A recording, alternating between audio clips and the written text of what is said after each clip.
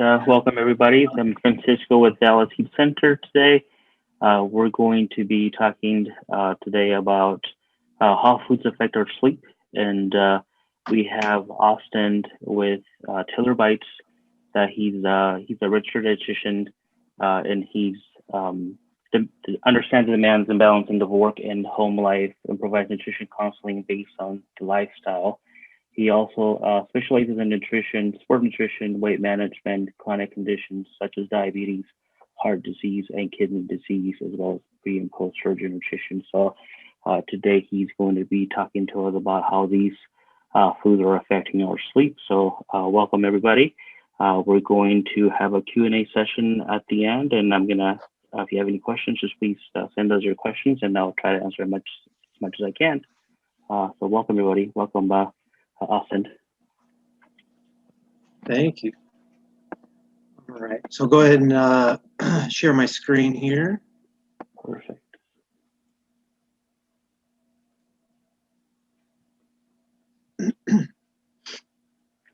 All right, did that come up okay? Yes, perfect. We can see it. Excellent. All right, everyone. Like Francisco said, and thank you so much for the introduction. My name is Austin. I'm a registered dietitian with Taylor Bites, and I put together a little presentation on how foods may affect your sleep. And a lot of it is going to be, lifestyle choices and lifestyle modification if needed. So if that's actually our nutrition issue, not everyone is going to have a nutrition issue, but for the most part, there's going to be some good information in here for you. So let's get started. So first, I just want to start off with what is a registered dietitian.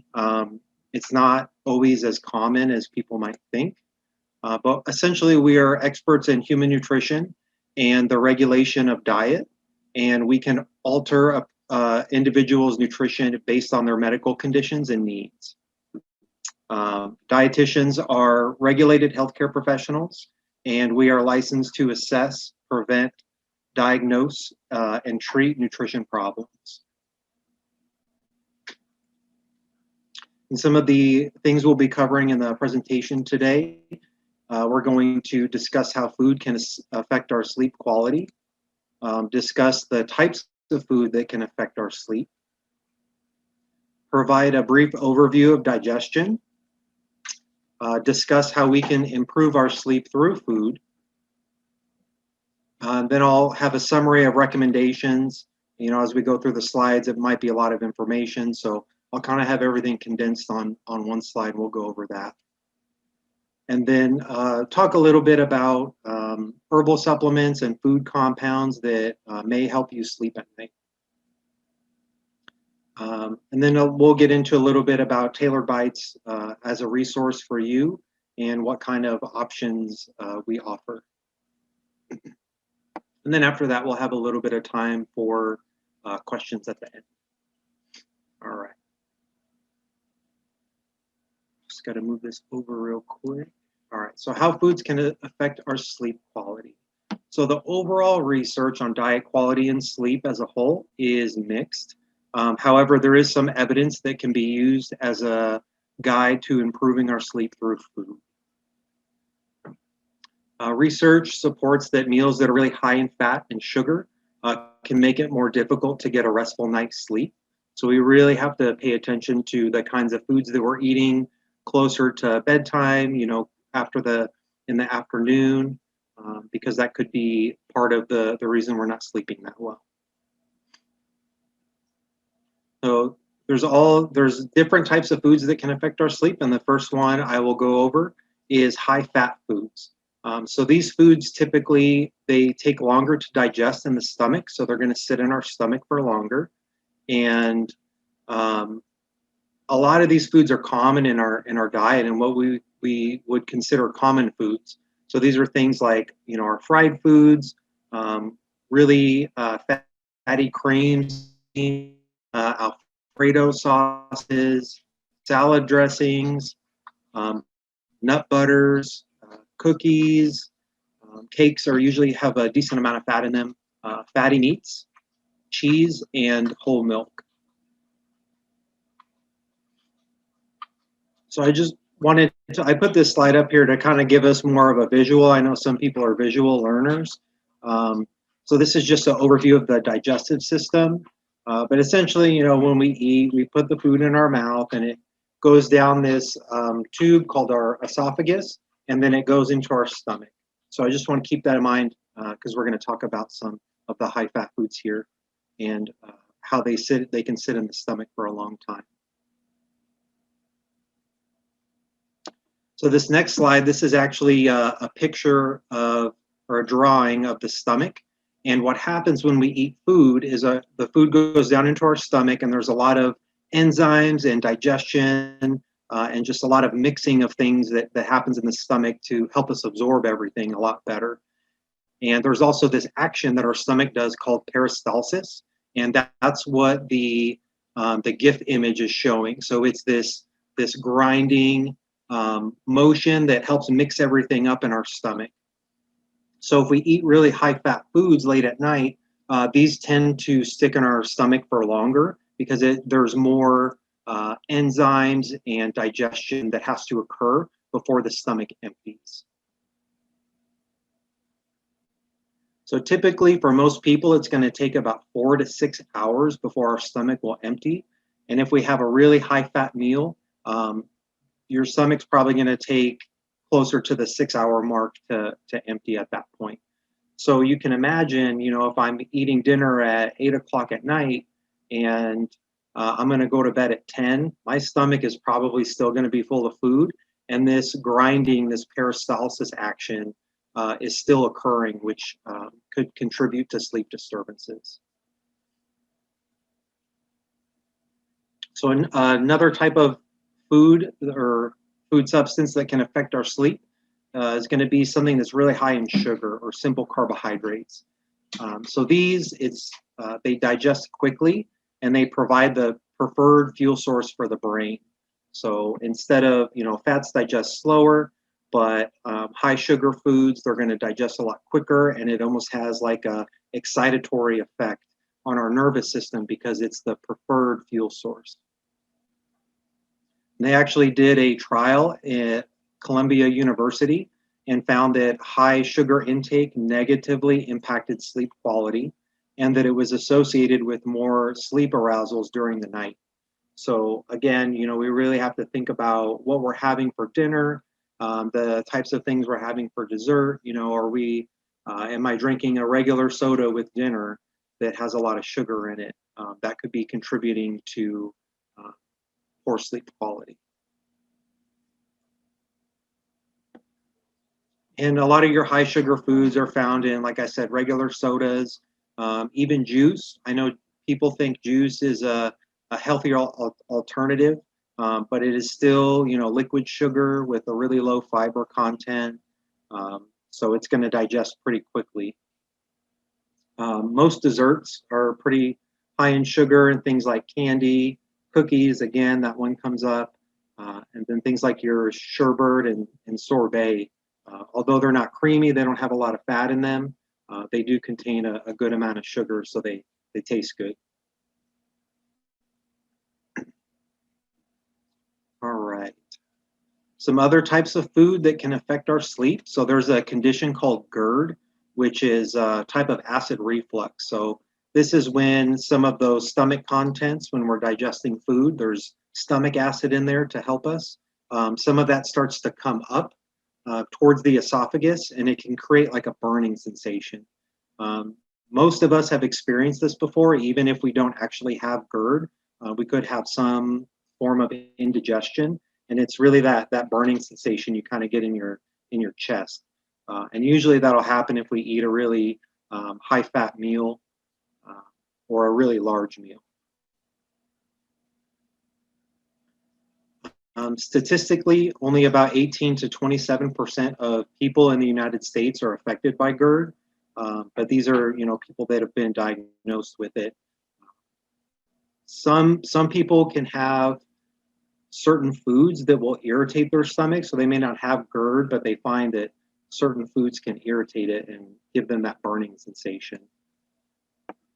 So some of the foods that can irritate this would include things like alcohol. So if we're having, wine with our dinner and it's a high-fat meal, that can kind of create a little bit of a storm in our stomachs and could affect our sleep.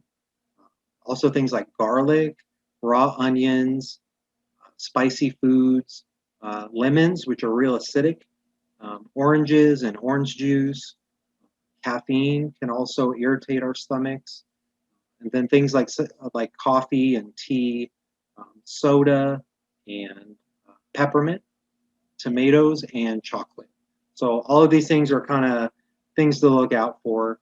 If you're finding that you're having, sleep disturbances, really, I would encourage you to look into what you're having for dinner, and if you're having some of these foods and these types of foods that can disturb our sleep, could be the culprit. So how can we improve our sleep through food? That's the big question of the presentation. So a couple of things I thought of just in terms of behavior. So the time we're eating, again, it's going to take about 4 to 6 hours for that stomach to empty. If I'm eating late at night and then I go to bed a couple hours later and I had a good sized dinner, that could be part of the sleep disturbances. The speed at which we are eating. So I actually did my internship at the Phoenix VA and was very thankful that I got to serve so many veterans. But there is one common thing with veterans, and that's how quickly they eat. Just because they're used to having to eat fast. Really that chewing motion when we eat really helps break the food apart in our mouth, and it makes it easier to digest. And you also have some enzymes in your saliva that will help you break down your food a little better before it gets down to your stomach. So, if we're in a rush state when we're eating, just try to slow it down a little bit, and that could help. The other thing is, like I said before, was portion sizes. So how big of a portion are we having? So when we go to a restaurant, typically they give us a portion that is double the amount that we really need. So it's best to try and split that into at least 2 meals. But the restaurants on their part, they want to give you the best value for what you're getting. So the portions tend to be a little larger.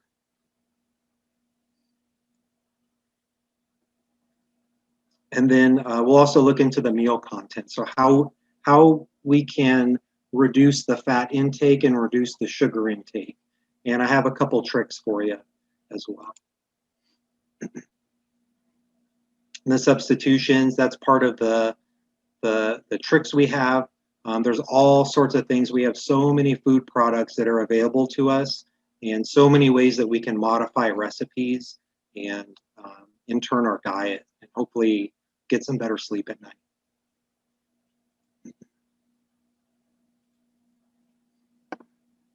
By the time we're eating, again, ideally, you want to try to have your dinner about 4 hours before you lay down. So if I have a good sized meal and I lay down 2 hours later, all that food is still sitting in my stomach and that peristalsis is doing its thing. So some of those contents could try and come up and irritate the esophagus, and you might get that burning sensation.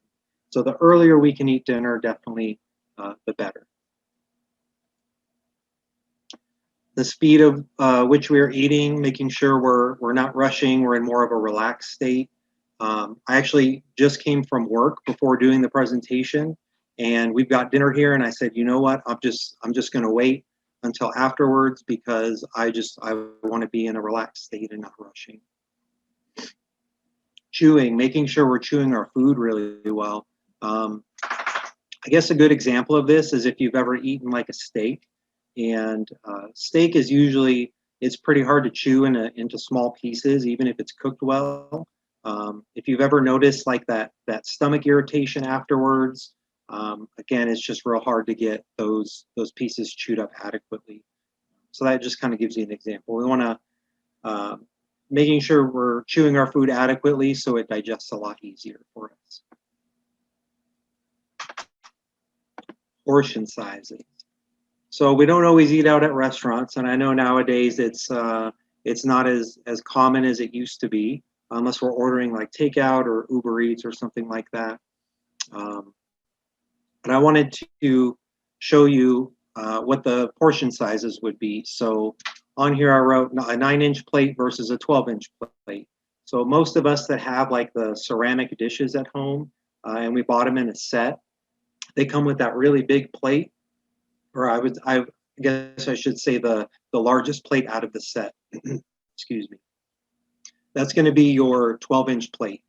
So ideally, if you took that plate and you remove the outer ring of that plate, you're left with a 9-inch plate. So that's ideally where we want to put our food at, if we're going to use those plates. Now, the other smaller plates that we would usually consider something closer to like a salad plate, that's the actual 9-inch plate. So our portion sizes kind of want to be tailored to the inner ring of the large plate, or we can go out to the edge on that smaller plate.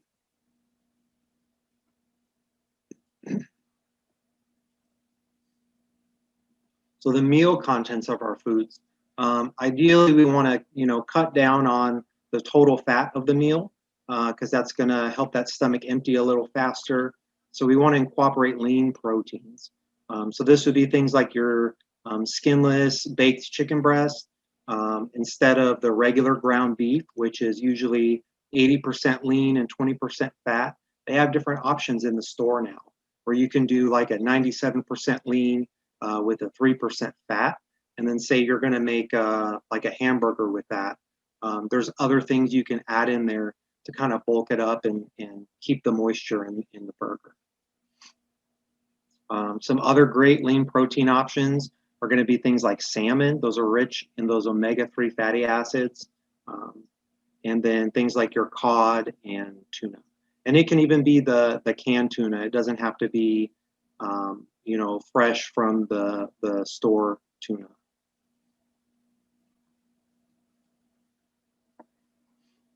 Another content is going to be our complex carbohydrates.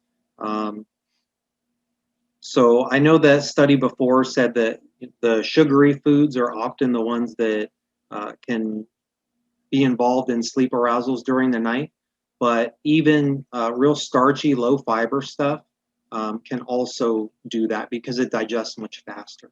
So the complex carbohydrates, it essentially just means that it's some kind of starch or carbohydrate that has fiber in it, which are usually like whole grain products. So instead of using like a corn tortilla, you could use like a whole wheat tortilla, and that'll get you a little more fiber in there. Same with bread. So instead of the white bread, try the whole wheat bread instead. Just get a little more fiber. And that's actually going to help slow down the digestion and the release of sugar into your bloodstream. So we're kind of trying to slow things down in that area. Some other options for whole grains are going to be things like whole wheat bagels, brown rice instead of white rice. Quinoa is a pretty popular one. It's pretty high in protein. And then there's this other ancient grain called farro, which kind of has a pretty unique flavor. If you haven't tried it before, I would suggest it. It's pretty good. And most grocery stores carry that if you're looking to change some things up. And then of course your whole grain pasta. So if I'm gonna have some spaghetti with some lean ground beef, I definitely want to try and go with a whole grain pasta to get that fiber in there. Fruits and vegetables. Again, these are going to help us add fiber to our diet. I wouldn't be too worried about the sugar content that's in the fruit itself, as long as we're not having a really large portion, because fruit often contains fiber with it. So if I'm eating something like a cupcake, which has added sugar in it, it doesn't have that much fiber or vitamins or minerals. But the fruit, on the other hand, yes, it has a little bit of sugar, but it has the fiber plus the vitamins and minerals, so it's definitely going to be a better choice. And a lot of people ask me what kind of fruit or vegetable Ideally, the fresh or frozen type would be the best. You could do the canned, but you just really have to worry about the added sugar content and the sodium content. Sometimes they add extra salt to help preserve it, and then the extra sugar to give it a little more sweetness. But a lot of grocery stores now, they're carrying the frozen steamer bag vegetables, and you put them in the microwave for 5 minutes and they're ready to go. So those are a nice convenience, and you don't have to do a lot of chopping or preparing of vegetables, so it saves time too.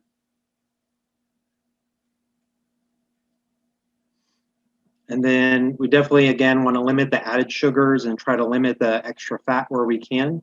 So usually I recommend smaller dessert portions, things like sugar-free drinks instead of a regular soda, reduced fat salad dressings. So if you're going to buy a salad dressing at the store, they usually have the lower fat options there. We can go with reduced fat cheeses. So a rule of thumb with the cheese is the harder the cheese is, the more fat it has in it.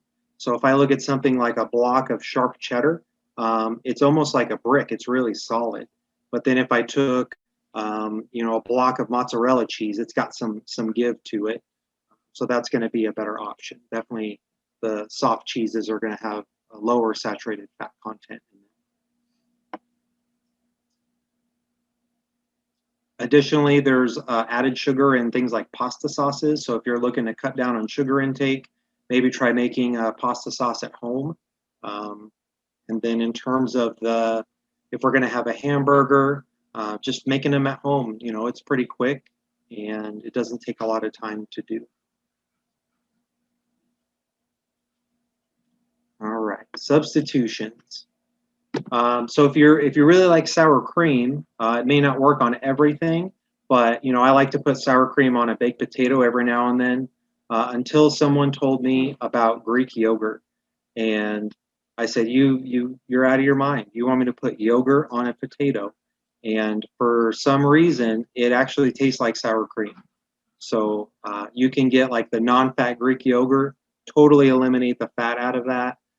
Instead of using the sour cream, and it's going to have a really similar taste. So if you haven't tried that one, I would say give it a shot.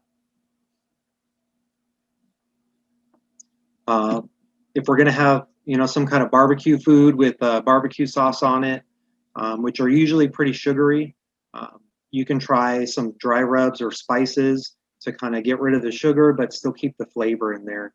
It's usually a pretty good choice. And then things like the salad dressings, which can be high in fat and have some added sugar in there. If you make them at home, you can really control what goes in there and control the amount of fat that's in there as well. Or if you prefer to do the store-bought, again, choose the lower fat option to help reduce the total fat intake. I know a real popular one, especially if you have kids, is French fries. They love French fries. But I would encourage trying something like a baked sweet potato instead. They have a little more fiber in them. And if you bake it, there's still a little bit of oil on there, which is okay, but they're not deep fried. So the oil doesn't really get a chance to soak into the potato itself. Another thing you can try too, if you're looking for some different flavor, is parsnip fries. So people don't often think about parsnips being a side dish to a meal, but you can prepare them similar to the baked French fries, and they've got a pretty interesting flavor to them. And there's all sorts of things you can add to them as well. All right. And then before I go through this slide, I just want to mention that we still need some fat in our diet, but some of the meal content sometimes can just be too much. And that can lead to stomach issues and sleep disturbances and whatnot. So some fat is okay. How much? If I can't really give you a gram amount because everyone's different. We're different heights, so it's difficult to give a recommendation like that. But just trying to decrease our fat intake overall could potentially help us sleep better. Okay. So I know we didn't really talk about this because caffeine is more of a drug rather than a food. Um, but ideally, if you drink a lot of caffeine, you drink a lot of coffee, a lot of tea, energy drinks, whatever it is, um, try to limit that to 6 hours before you're going to go to sleep. So some of that, at least half of that caffeine, has a chance to get out of your system because it excites our nervous system and we can have trouble sleeping if we have too much caffeine before close to bedtime. If you find you're not getting a restful night's sleep and you're, taking all the recommendations, you're lowering your fat intake, you're lowering your sugar intake, limiting caffeine. My question would be, well, do you drink alcohol? And then how much do you drink? So alcohol can be a culprit in this. It can actually prevent you from going into deep sleep, which we need for things like energy restoration and proper immune system function. So I know that's kind of a big thing right now is making sure we have a good immune system, and alcohol typically hampers down our immune system, but it can also prevent us from getting into that deep sleep state, which our bodies need. So if you're able to limit it or cut back or able to cut it out completely, that might be a benefit for you. And again, the complex carbohydrates, those are really important because of that fiber content and how slowly they digest compared to something that's a little heavier in starch with lower fiber.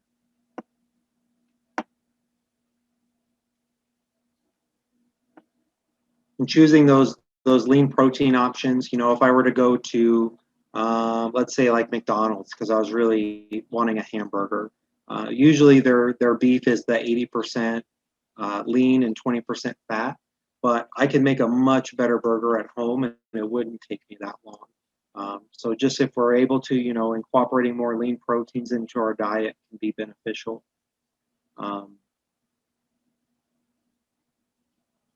And again, with the lower fat options, some fat's okay, but many common meals are too high in fat.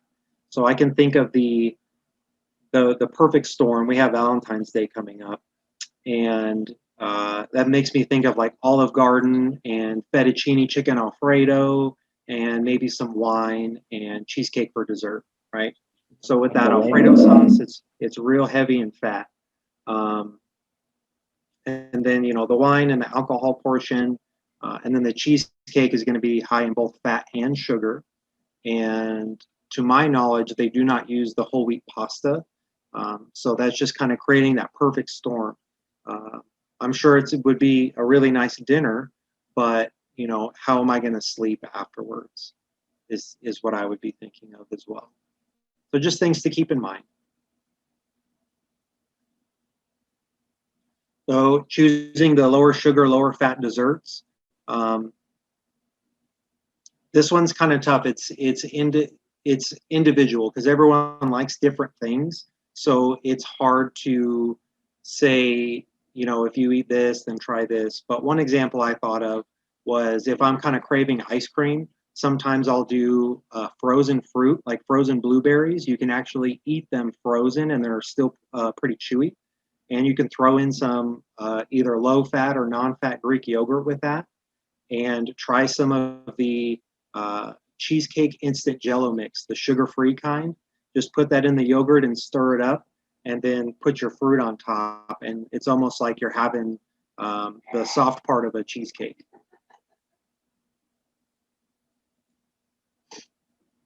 All right, and then this one's seems to be everyone's favorite so far. The food compounds and supplements that can help us sleep. So first one on here, I have cherries. So cherries actually contain melatonin, which helps you regulate your sleep and wake cycle. So if someone was interested in incorporating a fruit that could potentially help them sleep, you can try some of the cherries. And I believe the studies, you would have to eat around 30 of them, so that's quite a bit.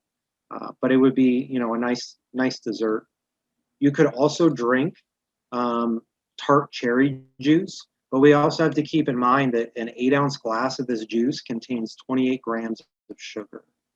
So we have to factor that into our meal as well. In terms of melatonin, almonds also contain melatonin. And then you can also buy this as a supplement in the store. Usually it's a very low milligram dosage, like 5 milligrams or 2 milligrams. And that way you don't get the sugar or the fat in there. So magnesium. Magnesium is a really important one. It is a mineral that our bodies need, and most people don't get enough of it. So you'll find magnesium, actually let me back up here. Magnesium promotes the production of GABA, which is a neurotransmitter, which can encourage relaxation and sleep.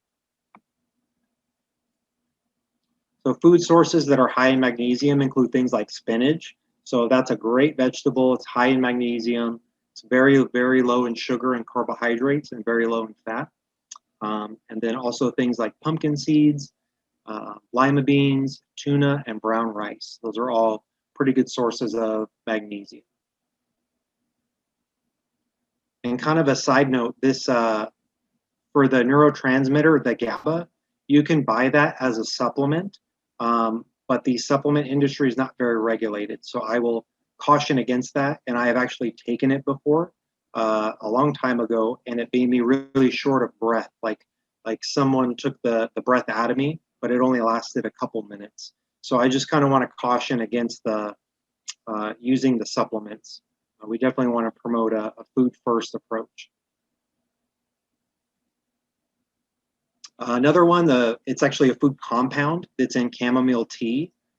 So it actually contains a compound called apigenin, which is thought to reduce anxiety and initiate sleep. And for me, this is the one that I use the most. I have a pretty high stress job in the hospital. So I really like to sit down at night with a glass of this tea, and it just seems to help me relax.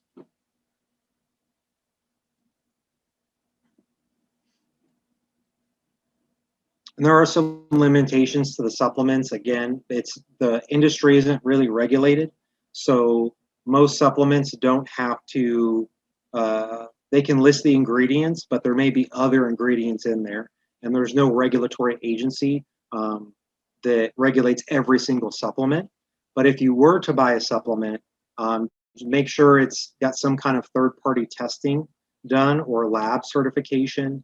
The big one that I see, and the one that we recommend the most, is the USP. So supplements that are USP approved have been verified, and they actually have a seal on the bottle. It's like a black and gold seal that says the letters USP on it. So they have actually verified that what the company is saying is in their supplement is in there and nothing else.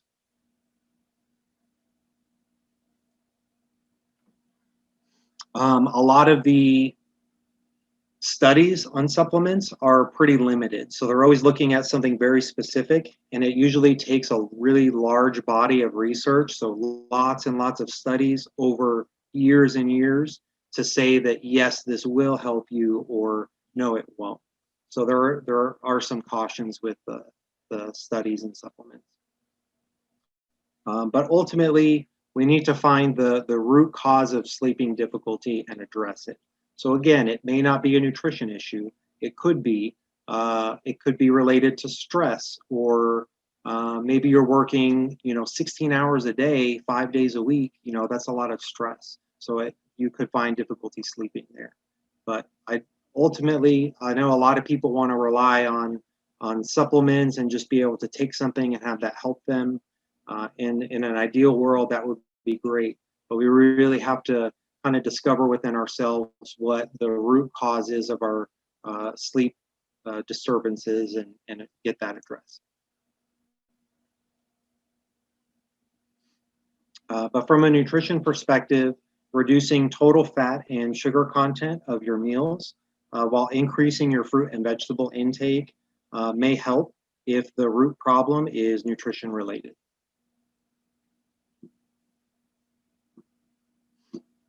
And again, so if you think that you could make some nutrition changes to improve your sleep quality or just overall life, improve your immune system, have a little more energy. I would encourage you to make slow changes. So oftentimes a lot of people want to make these big drastic changes, but the adherence to those is pretty low. So the research tells us that if I go home and clean out my refrigerator, clean out my pantry, and just replace it with all these foods I've never eaten before, the chances of me sticking to that are pretty low. So usually what I'll recommend to people is make one change a week and make sure you're comfortable with that change before you move on to something else. So if for breakfast I have Fruity Pebbles with whole eggs and it's just loaded with like sharp cheddar cheese, real high fat, real high sugar breakfast, I would say start with changing your cereal. Try to get a little bit higher fiber cereal in there and don't change anything else for that week. And just get used to the cereal change before you move on, because it's a slow process. It's going to take a while, but what we're looking for are long, sustainable changes. And those are the ones that people tend to stick to, as if it's not too extreme from one way or the other. All right, so a little bit about Tailored Bites. We're definitely a resource for you. We can offer its comprehensive nutrition concierge service. So if you feel like the root issue is nutrition based, you can definitely give Tailored Bites a try if you'd like. Tailored Bites offers well-balanced meals that are really tasty, and the menu changes every week. So a lot of other services, they have the same menu or it doesn't change that often. And Rachel, the owner, she changes the menu every week. So there's always something different on there with some of the core items as well. Rachel, in her business, also offers smart snack options with plant-based recipes. So again, it's taking all the recommendations we're talking about and putting them into action and making that as a resource for you. And I have some pictures coming up towards the end of the presentation. And it's owned and operated by Rachel Mosser, who is also a registered dietitian, and her amazing team. They really do a good job. Rachel also offers the opportunity to tailor your meals based on your goals, but she usually requires a consult for this. So it's not something as easy as how many calories do you need and how many grams of protein. It's really involving you and what you like, what your goals are, and how we can get to them through helping you with the food.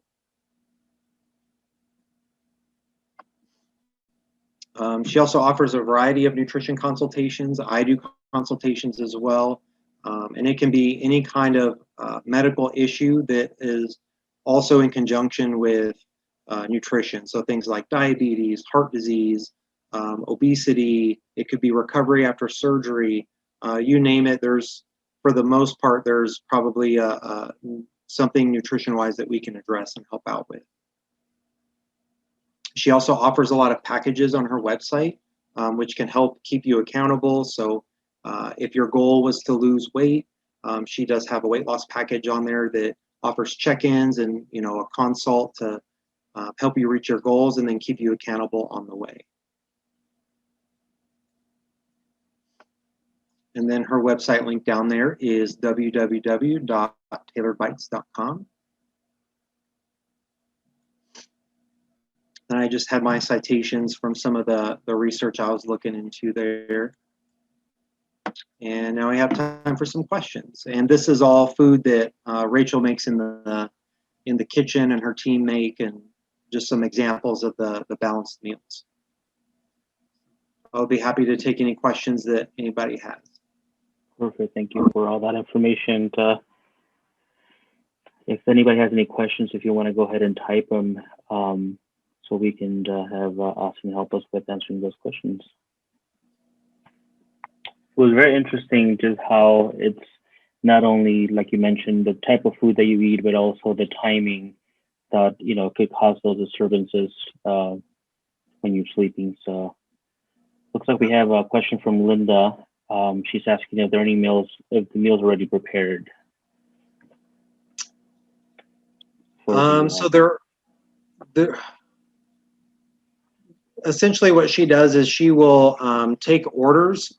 Orders are due Wednesday night, and then she will cook on Saturday, and then the meals will be available for pickup Sunday and Monday. If as far as meals already prepared, sometimes she will have meals in the refrigerator that are already prepared. They're fresh. She doesn't keep anything very long. The food's good for a week. So sometimes she will have stuff. If you were to stop down at the kitchen, she might have some things in the fridge. So essentially, they're just going to be tailored to what you like, and then just kind of be ready to eat if you have them like that, or like you mentioned, if they have any available at the fridge. Yeah, so it doesn't have to be a tailored meal plan or anything that requires a consult. You are able to just go to the website and order food. And those orders are just due by Wednesday at midnight. And then you would be able to pick that food up that you ordered on Sunday or Monday. Perfect. And she does have a lot of options where you can substitute things out. So let's say the sweet potato, you can substitute for brown rice, or let's say you want a little more protein in your meal, you can add extra protein and stuff like that.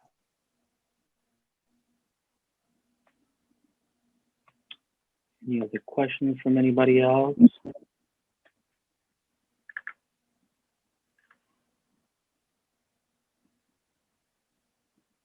And I know that we've been working with Taylor Bites, and they've been really helpful in helping us to get patients to get a better sleep. And we have a sleep to slender program that also we help patients to help to get better sleep and lose some weight. And we partner with Taylor Bites to be able to provide that element that it's important. It's just the dieting, eating properly to make sure that you lose that weight. Yeah, actually, I designed the booklet for the Sleep to Slender. Awesome. Yeah, there's been we have quite a number of patients in there that we have some success stories. All right. Well, good. All right. If there's any other questions before we sign off and give everybody back their time. You can ask a general nutrition question too if you want, and I can answer that. And we also going to be, we have been recording the webinar today, so we're going to be putting the presentation in our website. So if anybody has any questions or like to share with family members or friends, feel free to go to our website, valleyfeedcenter.com, and they're going to, we're going to have the presentation in there or on our YouTube channel as well.